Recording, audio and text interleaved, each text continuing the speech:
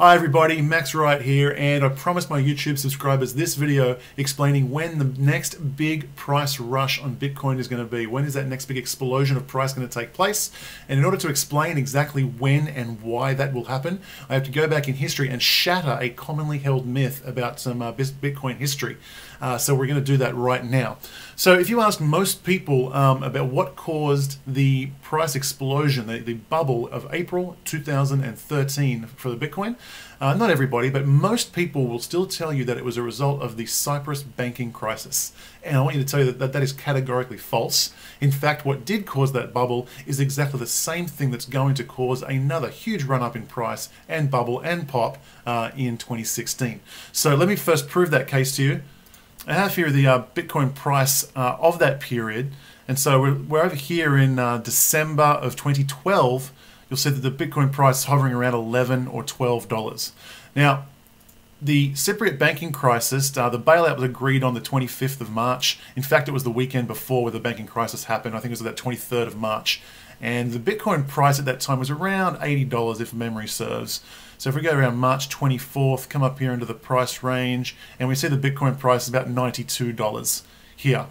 So I want you to think about this. The price in the preceding 4 months, the price went from $11 to $93 in the space of that 4 months, from here down from here. So from here up to here, for a 9x. Bitcoin price went 9x before the Cypriot banking crisis. Now, it had so much momentum that obviously it was going to do some serious damage in here. Maybe you could argue that this range from this range was the Cypriot banking crisis. Let's take the case that this entire thing from the Cypriot crisis all the way up to this peak was all the Cypriot crisis and nothing to do with the momentum and the factors that caused the first 9x.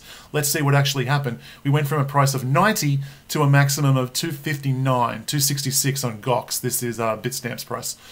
So what's from 90 to 259? Let's just say 3x. So we have a price run of 9x to here, and then 3x after the Cypriot crisis. And people still think that it was the Cypriot crisis that caused this crash. It absolutely was not. And that's pretty obvious from the fact that the Cypriot crisis happened so late into it. The reason people say that is because in absolute terms, it went from $90 to $260. Well, that's, $170 price increase. So from $11 to $90, it's only an $80 increase. But people are thinking in absolute terms. If you think of it in terms of multiples, the vast majority, all the action happened before the Cypriot crisis. So if the Cypriot crisis didn't cause the April 2013 price run, what did? And the answer is this. The Bitcoin block reward halved to 25 Bitcoin on December 3rd, 2012. Now, for those of you who don't know what the Bitcoin block reward is, every time a block is solved and added to the blockchain, a block reward is issued to the miner who solved it. Now, at the Genesis block, at the beginning of Bitcoin, that was originally 50 Bitcoins, and that happens every 10 minutes or so. Every 10 minutes or so, 50 Bitcoins are created and given to the miners. Now, there's a schedule that Satoshi wrote into the original code that says that halves every 200,000 blocks, and that turns out to be around about every 4 years. And so, on December 3rd, 2012, the Bitcoin block reward halved from 50 Bitcoin down to 25 Bitcoin. What that meant is the rate of inflation of the Bitcoin currency supply halved. Now, this is huge. I don't know what the numbers were at the time, but what that means is that whenever these new Bitcoins are being created, what that does is it soaks up all of the new demand for Bitcoin. The more demand there is for Bitcoin, the price should go up. But if there's new coins being created at a rate greater than or equal to the price of new demand, then the price will actually stay the same or go down, right? So what happens is, now the price probably stayed relatively steady throughout December 2012, January, February in 2013, but the rate of inflation halved.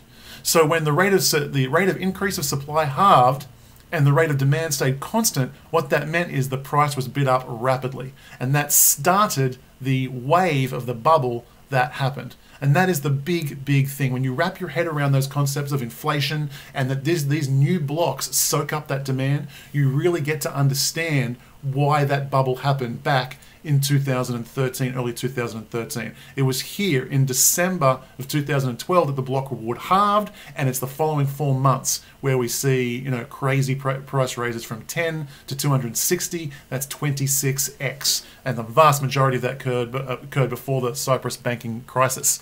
So that's the real reason for that run up in price. The obvious question that that leads to is, when is the next block reward halving? And the answer is it's going to occur sometime around August of 2016, I believe, if the current trajectory stays close to what it should be. So in August of 2016, the block reward will halve from 25 down to 12.5.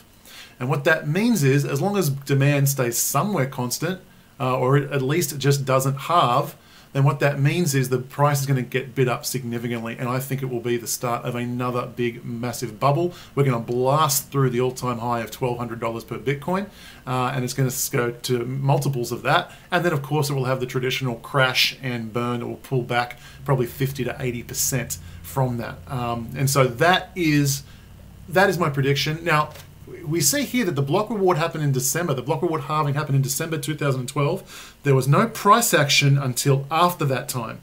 Now, people in Bitcoin, we were very green back then. Lots of, everyone was a rookie basically, and there wasn't that much money floating around, and certainly not that much smart money floating around. But I think people have learned from this lesson, and I don't think they're going to wait for the actual block reward to happen before they start loading up on Bitcoins. I think people are going to be front running this bubble, and I think for possibly as early as Q1, but probably more likely Q2, Q3 2016, that's when people are going to start front running and start massively hoarding up on their Bitcoin, building up their reserves so that they can enjoy the fruits of that massive rush of Bitcoin price increase after the block reward halving of August 2016. So I expect that bubble to start Q2 2016. That's why I think that's the case. That's the history behind it, and I'll let history judge and see if I was correct. So thanks for that. I really hope you enjoyed this video. Please subscribe if you're not a subscriber to this YouTube channel already. I do lots of Bitcoin videos, lots of libertarian stuff, freedom-orientated stuff, politics, economics. I think it's really, really interesting. I think it's really, really valuable as well. The next video I'm going to do, I'm going to dig a little bit deeper into an article that was written on the Bitcoin subreddit, which claimed that Bitcoin does not solve a large part of the remittance problem and doesn't make remittance cheaper. I think that statement is true. I'm going to explain why it's true, and I'm going to go into a bit deeper about how we can actually solve that problem. It's something I've been talking about for a long time, but I think the community is finally ready to hear those kinds of messages, so I'm going to try again and get that message out there. So that'll be the next video. Please subscribe, and we'll see how it goes. Take care.